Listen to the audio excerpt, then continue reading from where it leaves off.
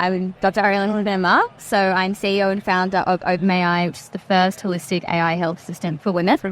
So Ovum is a woman's personal health outpost. Keep it in her pocket and access it whenever she needs. You can integrate all of her health reports in one place, store her biometric tracking data from her smartwatch, her menstrual tracking data, talk to Ovum using voice recognition or type to ask questions, report symptoms, and get personalised responses that she can fundamentally trust, because what Ovum does is gets to know her, it understands her and creates a longitudinal memory of her health journey that she can keep for herself to understand her body better, or share with healthcare providers, or anonymously share it with research institutions that are affiliated with Ovum.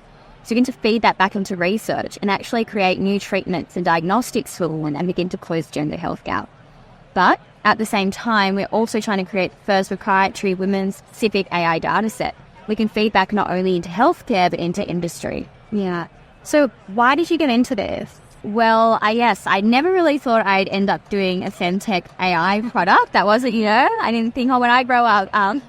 Fundamentally, I actually was a young female doctor working in New South Wales and Victoria during COVID in primary care, ED, and hospital setting. And I fundamentally realised that women were completely disempowered with their health care regardless of socioeconomic status. That was largely due to fear of the healthcare system, so being dismissed, marginalised, often misdiagnosed, and so going to Dr. Google or TikTok rather than being a healthcare provider. And this is leading to lower health literacy and therefore chronic health conditions.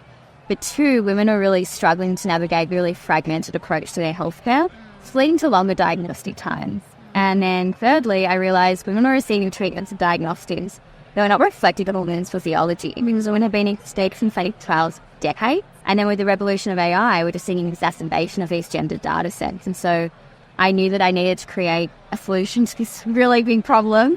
I just decided I couldn't do it from the inside. I had to do it. I had to kind of get out and fix the issue as a systemic global issue. That in combination, I think, with me always being a creative, and creativity and medicine don't necessarily work together, but be surprised. And now I found, actually, through clinical entrepreneurship, actually you can be a creative doctor and create real-world solutions, not just from within the hospital, and help people in different ways.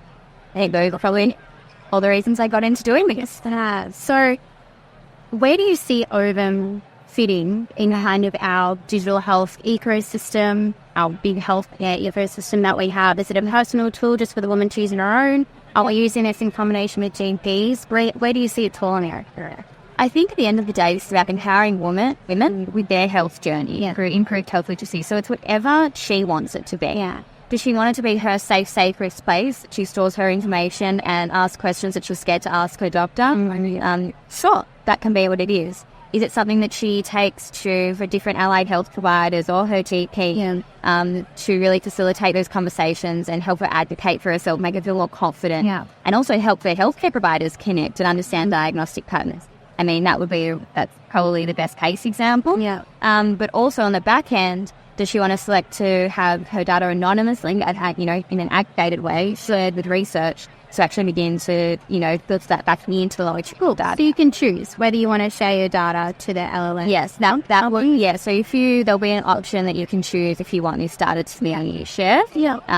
Hopefully in the commercial version, in our pilot version, obviously it's a pilot, so that version will be collecting the data on usage. But in the commercial version, we would aim for it to be a choice of consent is that, So you can use Ovum to say, how do I prepare for my GP appointment? I've got these symptoms over the month. What kind of questions can I ask? If you don't come from a medical background, if you don't come or you're not confident entering those spaces. 100%. So I think what Ovum's really good at is creating a safe space so we can ask questions and feel. I think, I even as a doctor, I'm gone into patient world, that I felt scared to ask questions. I felt like, what if I say the wrong thing? Am I going to be stupid? Or, oh my God, I forgot to ask that. And I don't think I've left a point of saying, I didn't get out of that what I really needed, and I'm still feeling anxious and I feel sort of scared. And so I think what Ovum does is allows you to have these conversations before, and then, yes, if you wanted to, you can ask, can you prepare me a list of questions? Can you tell me what investigations the doctor might do? So you can go in and say, hey, these have been the main things I've been focused on. I'm wondering about this. And, I know you noticed you ordered these bloods. I was just wondering if this thing you were going to do as well. So you go in and you can actually have shared decision making, you know. Love that. It's not replacing the doctor. I just want to preface that Ovum is not diagnostic, yet it's purely advisory. Yeah. It's to support women actually having a better clinical experience. It's probably something on your side. Is that right? Yeah, when you put it on your side. Yeah, it's your personal health estate. I imagine when you had a little receptionist, little person, here's that document you were looking for. Oh, I can make that for you. I can look that up for you. That's how I see it. In one place. Yeah. See. So we're at the Digital Health Festival. Are you speaking in health? I am. So I'm speaking in Women in Healthcare, Emerging Female Leaders. I think I said the title right. Love it. Yes. So I'm being an amazing panel of incredible, inspiring FemTech women. So I'm very excited for that. I think we're speaking a lot about the challenges around being a female founder and like what that brings, especially in the fundraising space. So I think it'll be a really interesting discussion. And then I'm presenting at the FemTech Showcase. So I'll do a little mini show so you can see me go and learn more about the product and where we are in our pipeline. And, we are raising at the moment. So I will go into a bit of that and that we're looking for. Because I think, importantly, Ovum, in terms of its business model, is an interesting one, right? Because we really want it to be free for all women and, accessible, and we want to be actively in those socioeconomic groups. Yeah. Because at the end of the day, that's where you make a real difference. However, obviously, it's also a business, so people are kind. It's a hard one. So we've actually spoken to over 150 women aged between 70 to 70. Yeah. Who've really validated the need and willingness, to have Ovum, but also actually the willingness to pay. So what we've done is we've decided we might do a subscription model of $10 a month for one woman or $17 to pay it forward for another woman. That's great. Yeah, so you have that kind of altruism. But if we can avoid that and just get industry funding, go B to B to C straight away, so whether that's in insurers, pharma, research, clinics, finance providers, that's what we're fundamentally looking for investment in that so that no woman has to pay. Because I think that's the goal for me, is like not only to be a national solution, but global solution for women everywhere. And how have you found navigating that venture capital funding space as a female when they're not traditionally the ones who win or secure a lot of this funding? How has that been? Okay, so I think first of all, I found that I was fortunate enough to get investment pretty early on. Yeah. But it wasn't through VC. It was through a really lovely family office who supported me throughout. I have been very grateful for that. Because so early on, I didn't really realize the challenge of the fundraising VC until later on. And then as I've gone on, I think, coming from medicine, right? Medicine is seen as a profession that is, got a lot of misogyny and is not necessarily equitable when it comes to women. I haven't had that experience. Actually, with medicine to me, it's been so supportive of women and amazing male mentors that I went into this new landscape, this new startup ecosystem, this venture capital raising space I had no idea about. And I was pretty shocked, to be honest, about just the kind of lack of understanding of women's problem, the way in which I was spoken to sometimes. As a female founder, like I'd never been spoken like that as a female doctor. And it was an adjustment. The good thing about medicine, it teaches you to just get on with it and just brush it off, like water off a duck's back. You just keep on going, and that's what I did. But I think I definitely found that was a bit of a shock, and I managed to speak to other female founders, and we kind of come together to support each other who've also had the same things. I think you realise it's not personal towards you. It's actually something to do with a lack of understanding and a lack of education from the male perspective. And I also want to preface that it's not all males. There's plenty of males that do understand from, their partners, their friends, cousins, daughters, but there's also a lot of so it was the education piece needs to be done there. And then there's also been a lot of men who have supported with me in the journey with Ovum, like my team at Akacich. But I think there's a lot of work to be done in the VC space. I think there needs to be still gender balanced teams, but just more education around, I guess, what are real women's problems, and they are commercial because they're actually gender health. That's a $1 trillion problem. And actually more than that, because it's costing the economy $1 trillion annually. So it's just, until that gender health gap report came out by McKinsey, I'm not sure if you saw it, I was almost having to prove that there was an issue with women's healthcare all the time. The women at the table were like, of course. I didn't even have to say stats. I was literally saying the stats so the men would understand. And even there, can't women just go to the doctor? So you don't get it, you don't get it. So I think that I'm coming from obviously a female founder raising for a standard tech product. So, and there may be other positions of female founders who are not. Yeah, that, but I think absolutely wonderful. I'm so excited to hear from you. I'm going to hear a lot more. So you're launching your pilot at Digital Health Festival. It's coming out on a specific date. Where can we find you to sign up? Yes. So it is a pilot is launching next week. Yep. So there will be some honest about that. So you'll see it all come out. So keep an eye open. You can sign up for the pilot on our website. So just go type in Ovum AI in Google. First up, click Be Involved and go to sign up for our pilot. Also, if you are at Digital Health Festival, which no one will see this recording, but I do have it, and it does have all the information there.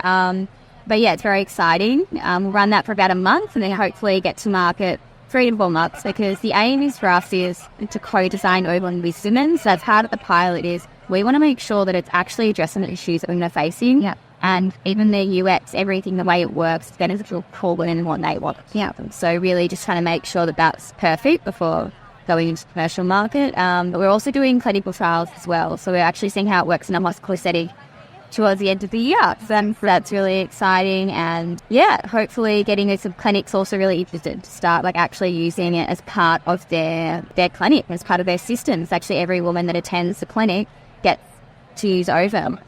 So yeah, but if there's any clinics out there listening, anyone in healthcare, anyone in insurance and interested in this for the women that are their clientele, please get in touch with me. Love to hear from you. Ovum.ai, fantastic. Yes. AI is a big topic. Yes. I mean, at Digital Health Festival. What do you see as the challenges for women, FemTech, in navigating the AI space?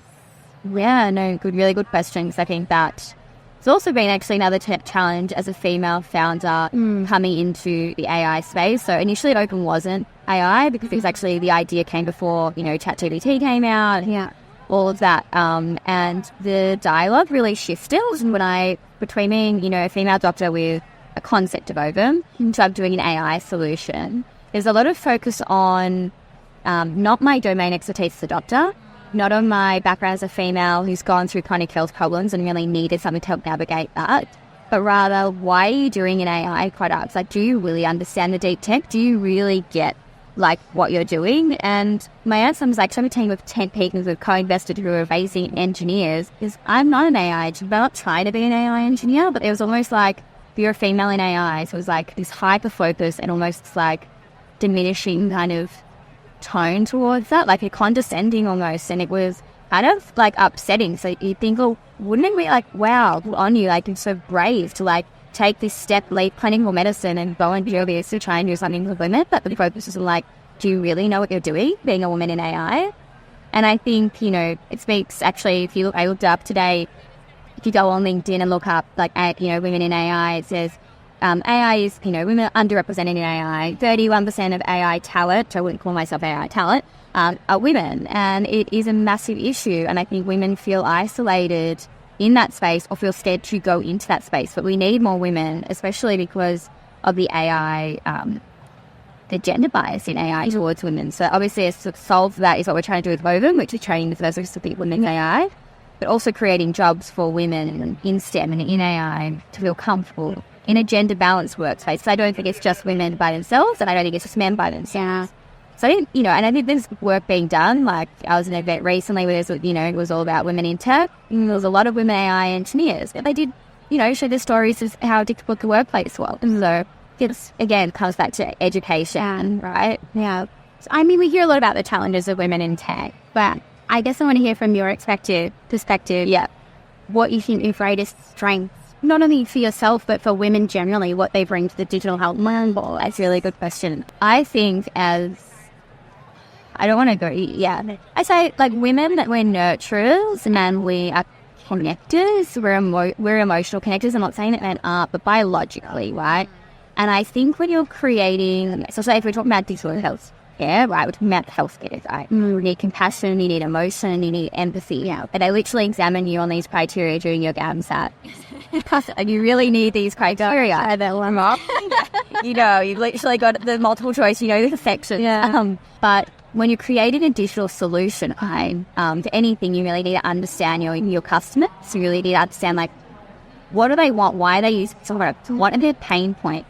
What women bring to the table is, like, we can emotionally connect with our users to such a point that we really understand their pain points. And from that, create really good solutions within healthcare, I think, specifically. And with that, in the digital space, I think, you know, we're also, like, really intelligent. And, you know, we, think about, like, women are incredible at maths, we're incredible at tech, we're incredible at organisation and multitasking, like, all the things that you need to do in, like, a digital health tech startup. And I think people forget that, like, mathematicians can be women and, like, astrophysicists can be women. And I think it's like women bring so much to the table. And I think people are saying, like, there's more acknowledgement, 150%. And it's just a reminder that men and women are different. We both have our strengths. And actually, we need to come together with those strengths. And we don't necessarily share the same strengths, and that's okay, you know.